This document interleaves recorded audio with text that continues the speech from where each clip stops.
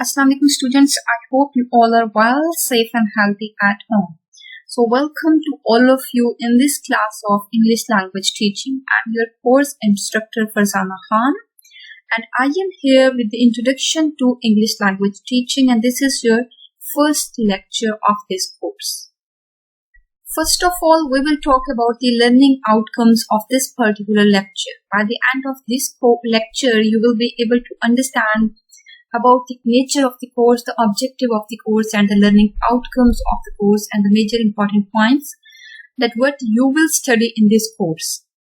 And by the end of this lecture, you will also be able to understand about the concept of grammar translation method, the important characteristics and the techniques of grammar translation method, and you will be able to apply and use grammar translation method in teaching English language in your classes. Let's start from the course description. Basically, this is a course in which you will learn about the teaching methods, because as the name indicates, English language teaching. So you are going to learn about the skills and techniques that how to teach English language in the classrooms. So this course focuses on particular methods of language teaching, specifically the 4 macro skills of reading, writing, speaking, and listening. Basically, when we talk about the language, for learning and for teaching language, one needs to understand about the 4 skills. Because for gaining competency on any language, it's very important one must be good at reading, writing, speaking, and listening. So it indicates that being a teacher, when you are going to teach English language teaching to your students, you are going to teach language skills to your students. Your purpose, your focus will be to develop reading, writing, speaking, and listening skills. So in this course, you will understand the methods of teaching reading, writing, speaking, and listening skills of English language to your students in your classes. So by the end of this course, basically students will be introduced to techniques for teaching English language, as well as learn how to design effective tasks and practice situations. Basically, you will also learn in this course the important techniques of teaching English language, the important techniques of teaching reading skills, writing skills, speaking and listening skills, how to develop and design effective tasks for developing these skills of the students, and how to apply those effective tasks and different activities, strategies, how to practice those strategies in different situations. So you will be able to understand, basically in this course, you will be encouraged to adopt a critical and reflective approach to practice through peer teaching and develop an informed view of teaching and the learners. So you will learn in this course that how to teach English language properly to your students by adopting different approaches, because you will learn a lot about different approaches of teaching. So you will be able to understand that which approach should be applicable, should be applied in particular situation while teaching to the students and for developing particular skill of the students. So this course basically all about English language teaching skills. You are going to develop skills and techniques in this course for teaching English language skills to your students in the future. So the learning outcomes of this course are: you will be able to examine, apply, evaluate theories of language acquisition. That how to develop, how to improve the language, as we will talk about the different theories of language acquisition and the method, techniques and skills which are described in those particular theories. So by the end of this course, you will be able to examine, apply in your future classes, and you will be able to evaluate theories of language acquisition. You will be able to identify appropriate evidence-based English language teaching methodologies and resources. And you will be able to design learning and assessment tasks of English as a language learner skill. So let's talk about one by one important concept about English language teaching. First of all, I'll tell you about English language teaching, that what is English language teaching. It's quite clear to all of you that English language teaching basically means teaching language and English as a second language. So English language teaching is the teaching of English to people whose first language is not English. ELT is an abbreviation for English language teaching. because first language capacity of learning and acquisition of the first language is innate and inborn. Rather, later on it can be polished. But when we talk about the second language, it requires a lot of efforts for learning and also for the purpose of teaching.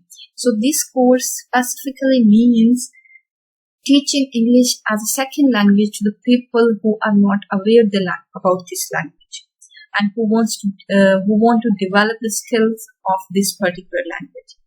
So we will talk about the teaching methods in this class. So ELT methods. There are many methods of teaching languages. Some have fallen into relative obscurity and others are widely used now. So one by one in the different classes, we will talk about the different English language teaching methods, and later on we will discuss that how can you develop and plan the lesson and how can you evaluate the classes, etc. So the first English language teaching method is grammar translation method. So this is the method which we are going to discuss in this class. So grammar translation method is basically a method of foreign or second language teaching which makes use of translation and grammar study as the main teaching and learning activities.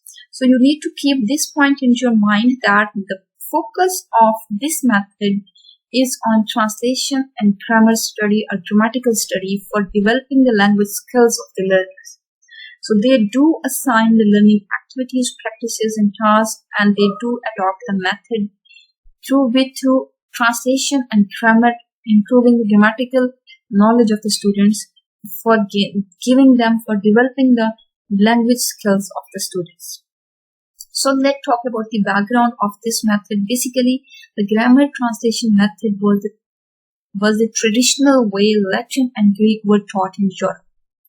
It is the first method which was designed and in the very start for developing the skills of second language.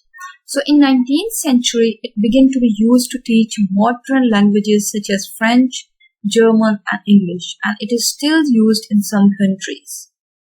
A typical lesson consists of the presentation of a grammatical rules.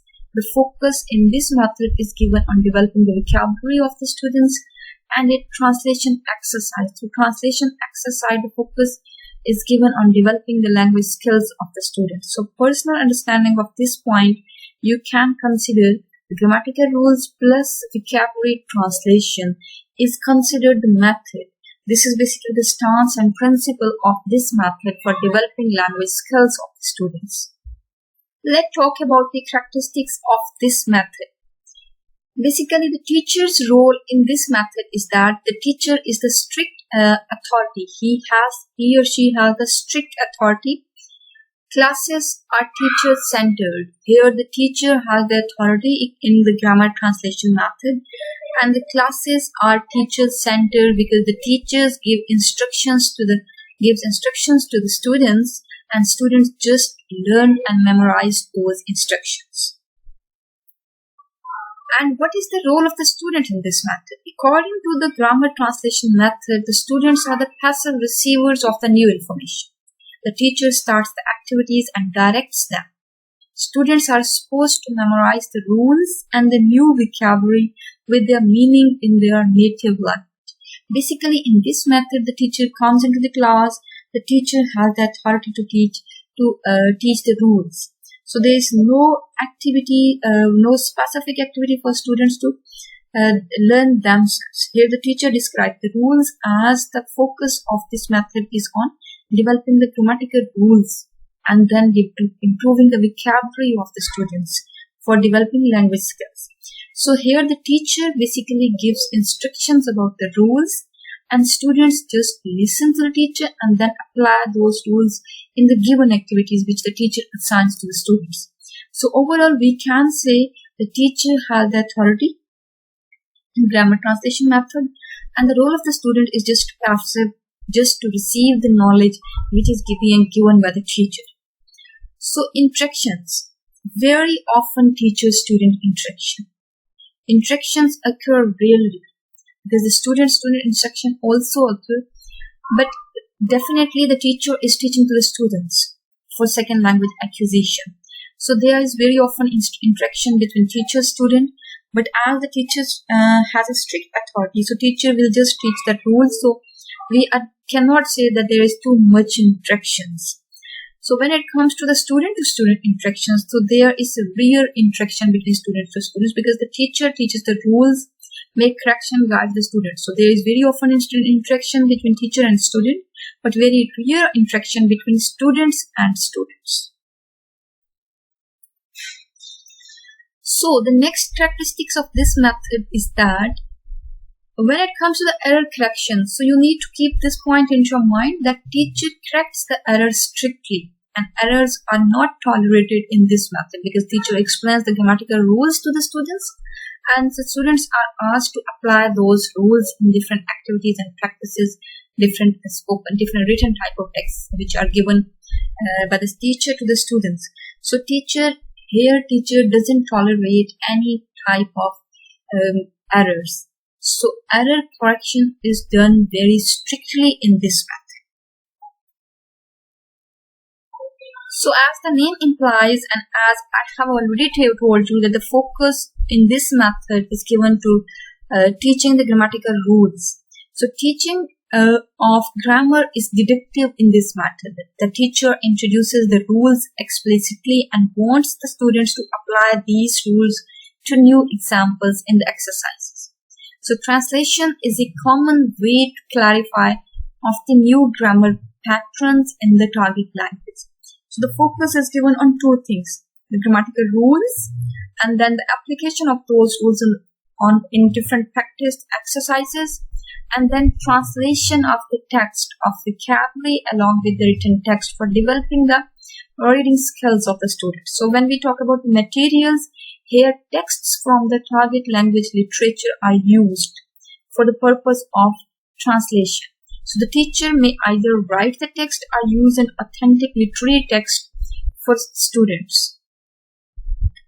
When we talk about the syllabus and this method, basically for teaching English language or teaching any target language or second language to the students, in grammar translation method, the syllabus is structural syllabus, in which the list of structures to be taught during the course, because the focus is given to teaching and developing the grammatical skills first of all.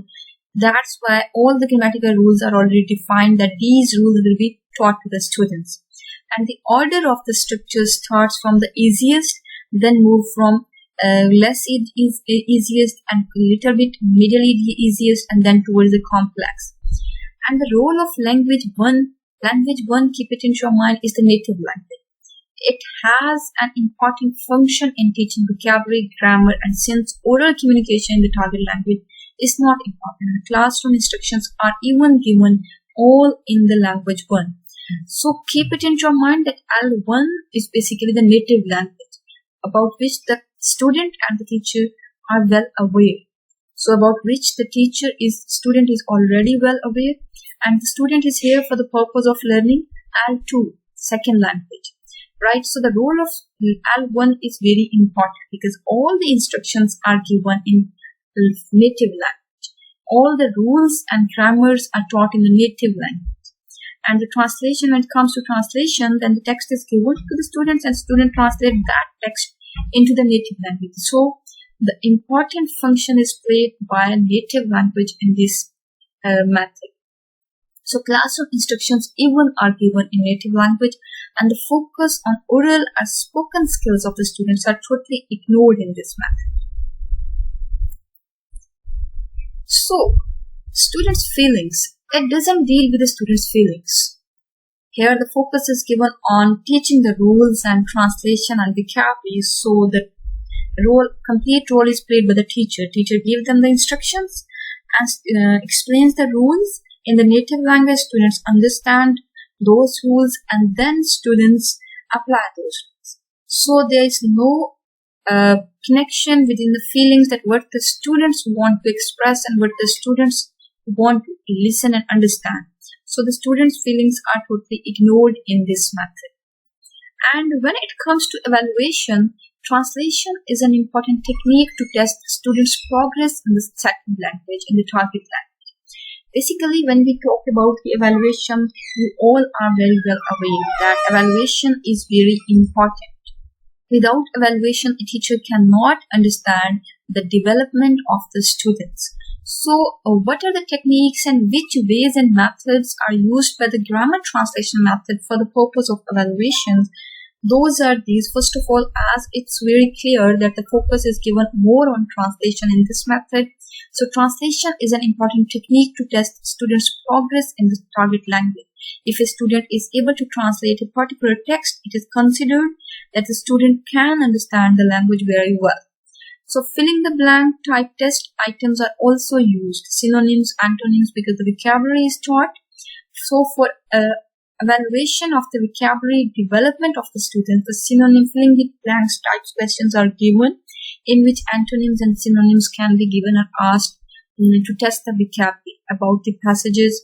So, reading passages and comprehension questions about the passages can also take place in tests as the reading section.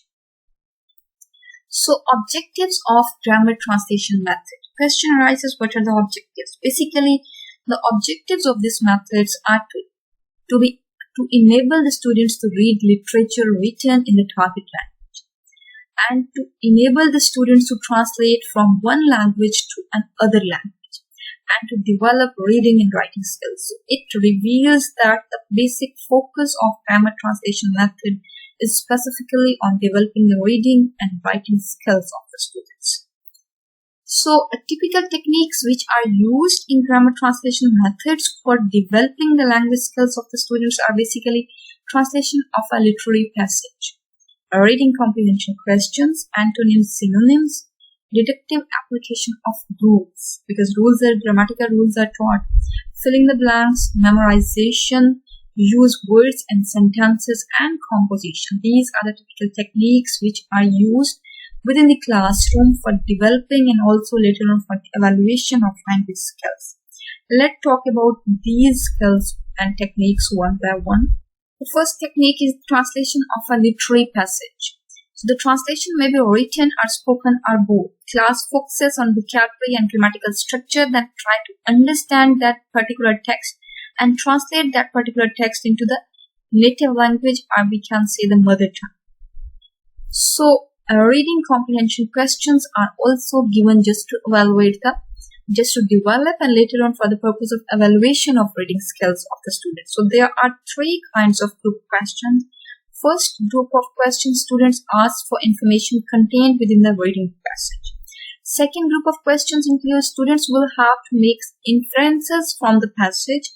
And third type of questions are students are required to relate the passage to their own experience.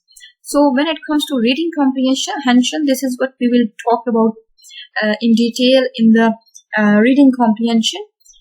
Basically, when it comes to the reading comprehension, there are three types of questions are given to the student to evaluate the reading ability of the students. First of all, the easiest type of questions in which the simple information which is given to in the passage is asked from the students. And in second, students are asked to make inferences from the passage. A more higher level question, and the highest level question is that in which the students are required to relate the passage to their own experience. Another technique is synonyms and antonyms. Students might be asked to find antonyms or synonyms in the passage, and students might be asked to define a set of words based on their understanding in the passage. Students might be asked to work with the vocabulary of the passage. So basically, and in grammar translation method, focus is also given on developing vocabulary of the students. For this purpose, the synonyms and antonyms type questions are given. So, deductive application of rule. Basically, grammatical rules are presented with examples. Later, students are asked to apply those grammatical rules to some different examples. Here, the purpose is to develop the grammatical skills of the students. For this purpose, teacher teaches the grammatical rules to the students. And after that, teacher gives them the example exercises and asks the student to apply those grammatical rules here in the particular example, just to evaluate and also to develop and to memorize those rules in mind of the students. So filling the blanks types questions can also be given in the grammar translation method. Students are given a series of sentences with words missing.